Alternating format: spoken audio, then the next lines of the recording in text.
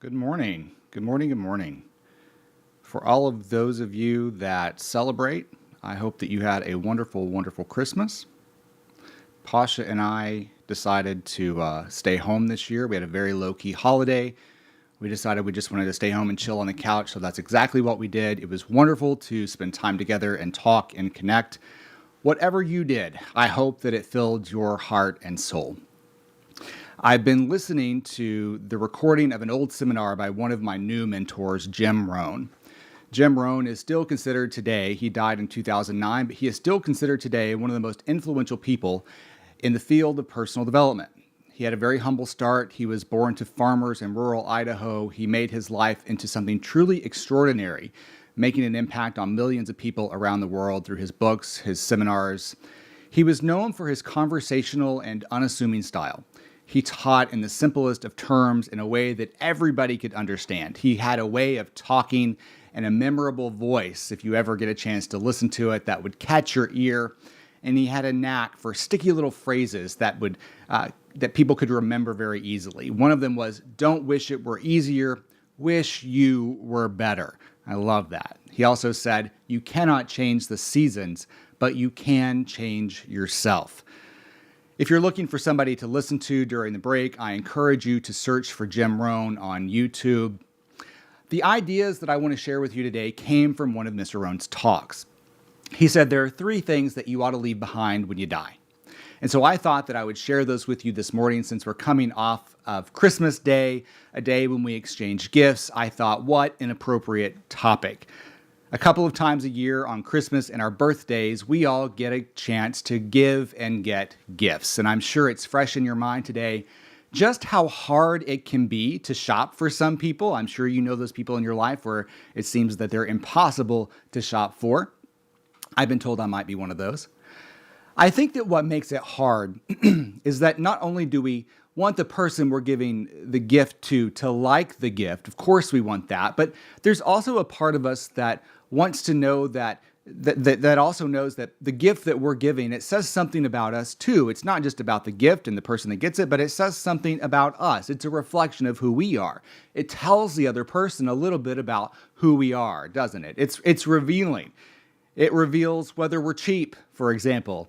It reveals how thoughtful we are, how invested we were in finding something that person could use or something that we thought they might find fun.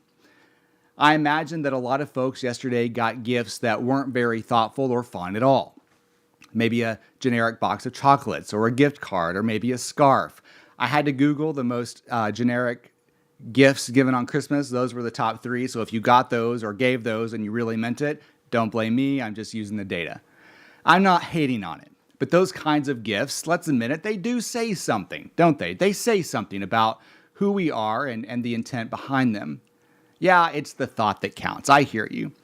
But some thoughts we ought to just keep to ourselves, don't you think? Some of you, on the other hand, may have received gifts that you would have never bought for yourselves or even knew that you needed.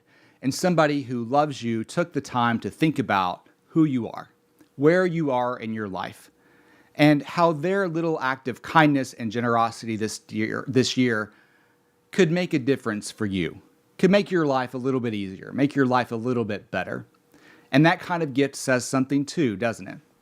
That's the kind of gift that isn't just nice to receive, but it makes us feel really good to give it.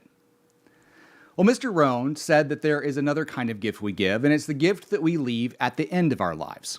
He said there are 3 gifts. He called them treasures. He said there are 3 treasures that all of us should leave behind. And these gifts, too, will say something about the person who gives them. These gifts will say something about us and the kind of lives that we lived. And so this morning, I want to take a chance to look at those 3 treasures that Mr. Rohn said we should all leave behind. The first one, he said, is pictures. Leave behind lots of pictures. Pictures are worth what? 1,000 words, after all, and they tell the story of our lives. Take lots of pictures. They document your life's experiences, and not just those monumental moments, but the small ones too. Those small moments of quiet joy when your mind is quiet and there's a sense of peace. Snap a picture. You may want to remember that. Those little moments that brought with them an everyday smile. Snap a picture. Those moments, they come and go, and no two are ever the same. You'll never get that moment back, but you can capture it in a photo. I know that I am so bad about this. I rarely take a picture, and yet taking a picture is so easy now, isn't it? We all carry around a high-quality camera in our pockets. It doesn't take but a second to pull it out and snap a picture to capture the moment. We don't live in those days way back when in the 1900s when we had to buy film and drop it off in the little envelopes at Walmart and then remember to pick it up several days later and hoping that it all turned out. That's not where we live anymore. It's much easier now, much cheaper. It doesn't cost us a thing. So whether it's a passing cloud that you thought looked really pretty, or a moment of excitement, or one of tenderness, capture the moments of your life. Capture the moments of your life and leave that behind. Leave behind a testimony of the world as you saw it. Show us how you saw us. The world as you experienced it. The world through your lens. What a gift for the people who love you to see the world as you saw it. And by the way, what a gift to yourself to be able to look back on the chapters of your life that you might have otherwise forgotten. So take lots of pictures. I'm going to make this one of my own priorities moving forward this year. Take lots and lots of pictures. The second thing that Mr. Rohn said to leave behind is your library. I'm pretty good at this one. Your books shape your thinking. They develop how you see the world. They develop your life's philosophy, your mindset. They develop your interest. They expand your knowledge. They give you new ways to see the world and how it all works. Your books help you navigate your life. They feed your mind and they feed your soul. A book can change your life and the lives of the people that you love. Because just one idea can set you on a new course, a course that unlocks something within you, something that shakes loose in you, something that gives you the courage and the permission to go your own way. My greatest mentors literally live with me. They are in my home. The words of an author can bring you comfort when you're feeling low. They can bring you assurance in times of uncertainty. They can make you laugh when life feels blue. Your books demonstrate your seriousness as a student of life. And I know that some of you may be thinking, well, I just don't like to read. I'm going to skip out on this one. But I want to encourage you to think again about that. You may not read, but you can listen. Build your library of audiobooks. You can read at your own pace. It's not a race, and no one's asking you for a book report. So read. Build your library. And then tend to your library. If a book is no good, if it doesn't feed your mind, if it doesn't feed your soul, then throw it away. Tend to your library like a garden, which means the weeds have to go. My will includes instructions for who gets my library. And in my opinion, it's the most valuable thing that I have to give. And I really mean that. Which do you think is more valuable to leave behind? Your library or your Netflix subscription? Think about that. The third thing that Mr. Rohn said to leave behind is your journals. Get yourself a journal and start carrying it around, everywhere with you. Mine goes just about everywhere with me. I take my journal into my therapy sessions. If something comes up that I want to remember, I'll jot it down. I take my journal with me everywhere. I can remember the first time I took my journal out in therapy. My therapist seemed really confused by that. Maybe not a lot of people do this. Maybe he was afraid I was going to get out of there with some of the stuff he was giving me. Wouldn't that be something? I take my journal with me if I'm riding the train. I take my journal with me everywhere. My journal has the most valuable lessons that my life is teaching me. I keep a record of what life is teaching me because I want to remember a lot of those lessons I only want just once. I want to remember them, make sure that I taught them, and be able to move on. I'd rather not do a repeat on a lot of those lessons. And so I reflect, and I write those lessons in my journal. These journals, they are the most valuable books in my library. Because they contain the lessons that I've learned. They contain the reflections of my life's experiences. Your journals are your unpublished book.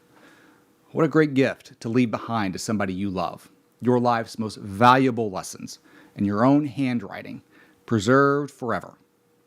If you don't journal, my friends, start journaling. Not only is it a great gift to leave behind, but it will also do wonders to help your thinking. It will force you to take the stirrings of your mind and turn them into sentences. Journaling will bring for you a sense of clarity like nothing else. I use a journal called from Jumping Fox Design. You can find them on Amazon. I like it because there's a blank table of contents in the front and the pages are all numbered. So when I'm writing something that I really want to remember, I can add it to the table of contents and then note the page number where I wrote those thoughts or reflections. There's also a folder in the back where I keep a few documents with me all the time. One is my list of key mentors. I have their photos on one sheet of paper, and under their photos, I write what I most admire about them. And then down at the bottom of the page is a list of all the things that I see my mentors having in common, those traits and values that I want to live up to. And then right in the middle of that page is my picture. And that picture serves as a reminder to me that if these guys have done it, it's possible. And I can too. It's a reminder that I belong in their company. In the very front of my journal, I write the titles of the books that I'm reading at the time that I'm using this particular journal. I list all the books. I list the audio programs or any seminars that I'm attending or watching online. I want to remember what was shaping my thinking when I documented these ideas. So that's how I use my journal, and I encourage you to, if you don't already, begin a practice of journaling. Mr. Rohn said there are 3 treasures to leave behind: your photos, your library, and your journals. And those 3 things will say more about who you are and the life you lived, perhaps better than anything else. So I hope that today's talk was helpful to you and that you're recovering after Christmas. Until next time, may you have joy, peace, and happiness, good health and well-being, a life of ease and prosperity, the courage to get what you want from this life, the clarity to know what that is, the imagination to not sell yourself short, and the discipline to see it through.